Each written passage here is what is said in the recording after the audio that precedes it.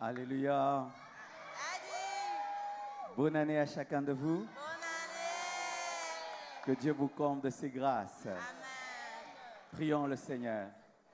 Seigneur Dieu de gloire, bénis cette exhortation, bénis ton peuple, au nom de Jésus. Amen. La Bible nous dit dans 1 Samuel 1, verset 26, Anne dit, mon Seigneur, pardon, aussi vrai que ton âme vit, mon Seigneur, je suis cette femme qui me tenait ici près de toi pour prier l'Éternel. C'était pour cet enfant que je priais, et l'Éternel a exaucé la prière que je lui ai adressée.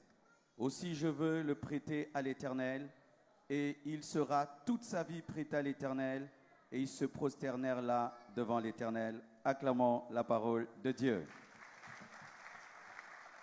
Alors, tout d'abord, avant d'entrer dans le texte, j'aimerais dire quelque chose, que la musique congolaise est en train d'atteindre un autre niveau.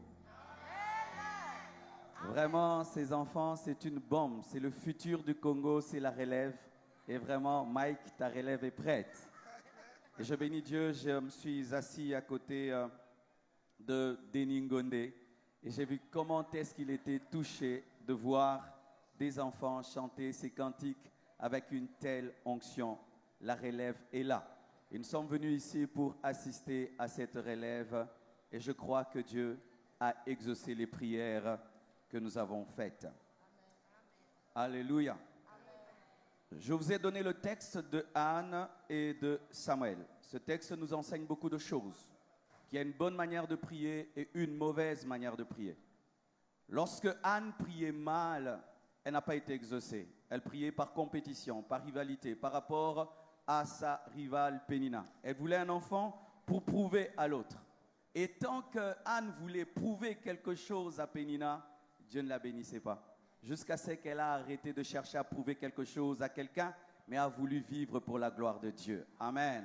C'est vrai que nous sommes dans une compétition, mais sachez que le principe de Dieu, c'est la non-compétition. Amen. Faites tout pour la gloire de Dieu, chantez pour la gloire de Dieu, et Dieu se servira de vos vies pour sa gloire. Amen. Et lorsqu'elle a arrêté de demander pour elle, elle a dit, si tu me donnes un enfant, je te le donnerai. Elle s'était rendue compte que Dieu aussi avait un problème. Le Dieu que tu pries a un problème. Autant tu as un problème, tu as un problème. Dieu avait besoin d'un prophète, Anne avait besoin d'un enfant. Ainsi, lorsqu'elle a demandé un enfant qu'elle devait redonner, il y a eu la solution à ces deux problèmes. Elle a eu un fils et Dieu a eu un prophète et chacun était content. Lorsque tu pries, lorsque tu demandes, pose-toi toujours une question. Est-ce que Dieu va se retrouver dans mon exaucement? Il faudrait lui donner un enfant qui sera un prophète. Ce sera ton enfant, ce sera son prophète. Et lorsque Anne a donné le seul enfant qu'elle avait, Dieu lui a donné 5 de plus. Elle a eu 2 filles et encore 3 garçons. Samuel te donnera toujours des petits frères. Chaque fois que tu vivras pour la gloire de Dieu, tu seras béni. Et chaque fois que tu vivras pour ta propre gloire, tu seras stérile. Tu vas être fécond dans la vie, vis pour la gloire de Dieu. Tu vas être stérile, vis pour toi. Et lorsque cet enfant naît, c'était difficile. C'est difficile de donner à Dieu ton seul enfant. Vraiment, je ne sais pas dans quel état spirituel cette femme était. Je respecte sa spiritualité. Tu as attendu des années à un enfant et Dieu te le donne.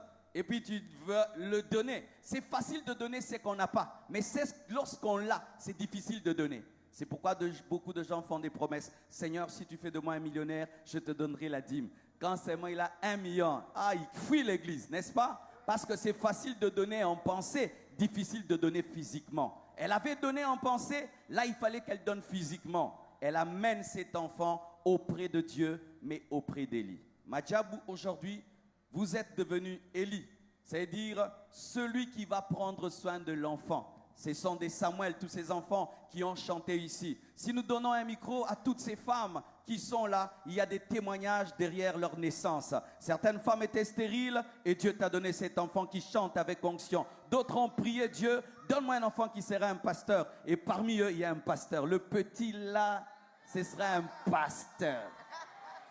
Qu'il chante comme il veut, il va se retrouver derrière la chair. Qu'il chante comme il veut, il finira derrière la chair. Et je suis sûr que sa maman a prié. Je suis sûr que sa maman a jeûné pour avoir un tel enfant. Et cet enfant nous est confié. Lorsque Samuel a été confié à Élie, il était prophète, mais il n'entendait pas la voix de Dieu. C'est Élie qui l'a aidé à connaître la voix de Dieu. Et nous sommes là pour aider ces enfants à connaître la voix de Dieu. Et je suis sûr qu'ils m'entendent. Et voici une voix de Dieu que j'aimerais vous révéler.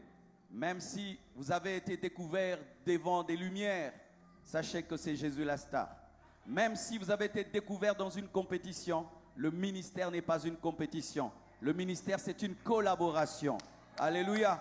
Il y en a qui sont la main, d'autres sont les pieds. Il faut travailler ensemble. Pour porter mes lunettes, il faut la collaboration du nez, des oreilles pour que les yeux voient. Et il faut la collaboration. Lorsque vous sortirez de ce lieu, ne soyez pas des concurrents. Soyez des frères, soyez des amis. Et je bénis Dieu parce que Madjabou est en train de devenir une famille. Il y a les yaya, il y a les petits frères. Vraiment, c'est devenu plus que chanter. C'est devenu une vision qui est devenue une famille, une fierté pour cette nation, une fierté pour le Congo. Mais retenez ceci, même si tu es découvert dans une compétition, la vraie vie n'est pas une compétition. La vraie vie, c'est une adoration. Soyez des adorateurs, car tu peux être premier aux yeux des hommes et tu es dernier aux yeux de Dieu. Et tu peux être dernier aux yeux des hommes et tu es premier devant Dieu. Certains ici seront premiers, mais dans la vraie vie, il y aura d'autres premiers. Et vous savez, j'étais là à l'ancienne, c'était quand Madjabou Talent. Et il y a eu des gens qui n'ont pas été quatrième ou même pas deuxième, mais dans la vraie vie, ils sont en train de nous impacter, de nous influencer. Leurs chansons sont entrées dans l'église. Pourquoi? Parce que ce qui compte, c'est ce que Dieu voit. C'est pourquoi faites tout pour la gloire de Dieu. Et encore, bonne année. Que Dieu vous bénisse.